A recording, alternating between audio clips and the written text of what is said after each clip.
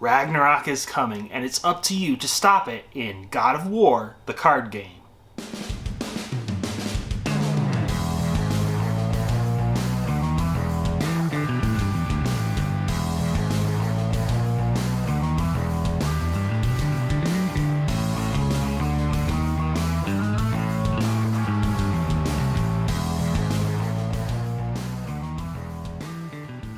Hello and welcome to Tantrum House Studio Awesome. I'm Ryan Pills. And I'm Katie, and today we'll be taking a look at the God of War, the card game.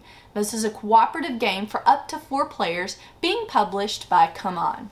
In God of War, the card game, players will take on the role of the mystical Norns as they attempt to stop Ragnarok and secure the fate of everything.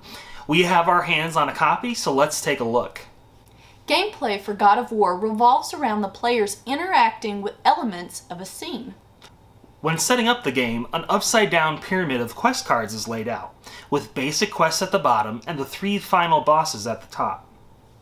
As the players complete scenes, they will select a new quest to determine the next scene to face, but they will also have to endure the hindrances listed on the quest that they don't pick. Each player will begin the game by choosing a hero, gathering their starting cards, and placing their standee under one column of the scene. There are 5 different types of cards that you'll play with. Melee cards, which allow you to attack the bottom row of your column. Ranged cards, which will allow you to attack either row. Defense cards, which allow you to negate damage. Special cards, which have effects you can resolve at any time, and number cards, which modify the others. Some cards are a mix of types or give you options, but it's important to note that the attack and defense are useless without a number. On a player's turn, they can perform any combination of moving, playing cards, and using rage, or interacting with the scene. Players can move once per turn to any column that doesn't already have 2 standees in it and go in front or behind any player that's already there. If they move in front, they will be the one to take all of the damage that's aimed in that spot. When attacking, players can play as many cards as they can. Each attack is summed up and opposed by a roll of the enemy's defense die. Any attack greater than the die does damage. As the players play cards with the rage symbol, their rage ability track powers up. Once full, each hero can take advantage of their unique rage ability and reset the track. Some spaces on the scene show cards that can be discarded to activate an effect. It's not as glamorous as attacking, but interacting with these spaces is usually key to completing the scene. After each hero's turn, and once before the end of the round, a card is drawn from the upgrade deck, and whatever rune is showing activates all the scene cards with the corresponding rune. This is how the enemies of the scene power up and attack the heroes. At the end of each round, players get to take turns either picking one upgrade to add to the top of their deck or removing a card from their discard. This is important so that you have a way of getting rid of those nasty status effects. Players will work together to complete the objectives of 2 quests and defeat whatever final boss they choose to win the game. But if at any point they lose all of their health and are knocked down, if they all do that, they all lose. Well, this is definitely a game where you'll have to work together, because when players are knocked down during a scene, they are out until the next scene, but that doesn't diminish how many times the scene will activate to attack you. With the several rune symbols and different flavors to each scene, there is a lot going on. You definitely need to make time to take a moment and whenever you reveal a new scene, just go through each part of it and confirm what its effects are and make sure everybody understands it and how you as players are going to work together to defeat it. Yeah, there are a lot of choices that you have to be making during this. Who's going to be taking damage, what enemies are dealing damage where. There's a lot to keep in mind and a lot that can really go wrong in this game.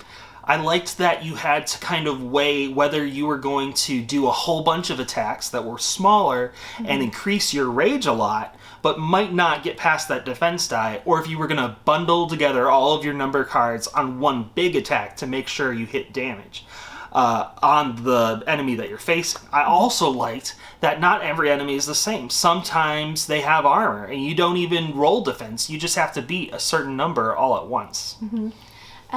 I really like that there are, each player has these asymmetrical player powers, and each one really plays very differently, especially Minmir.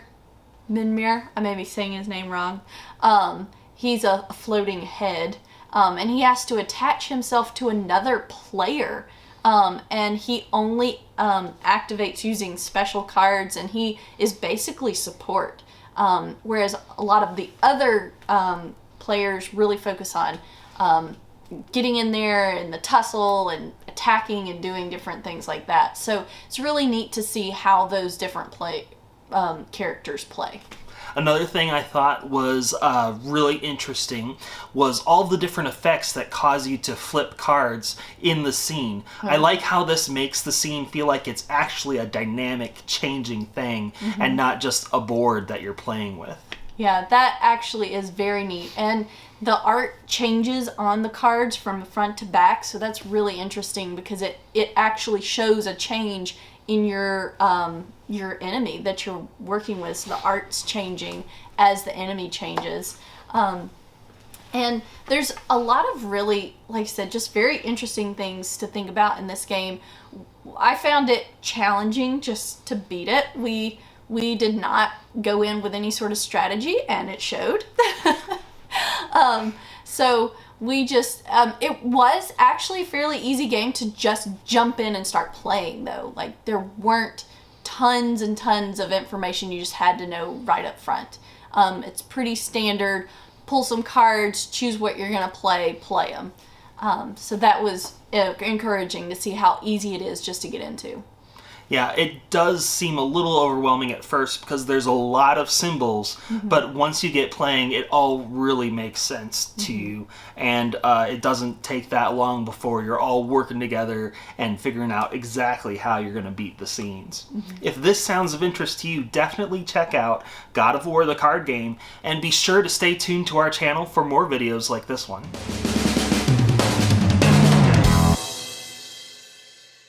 By CMON. Come on. Maybe we should just redo that. And the three vinyl bosses. The vinyl ones. Yeah. I love you so much. I'm like, why are you interrupting me? This is going well.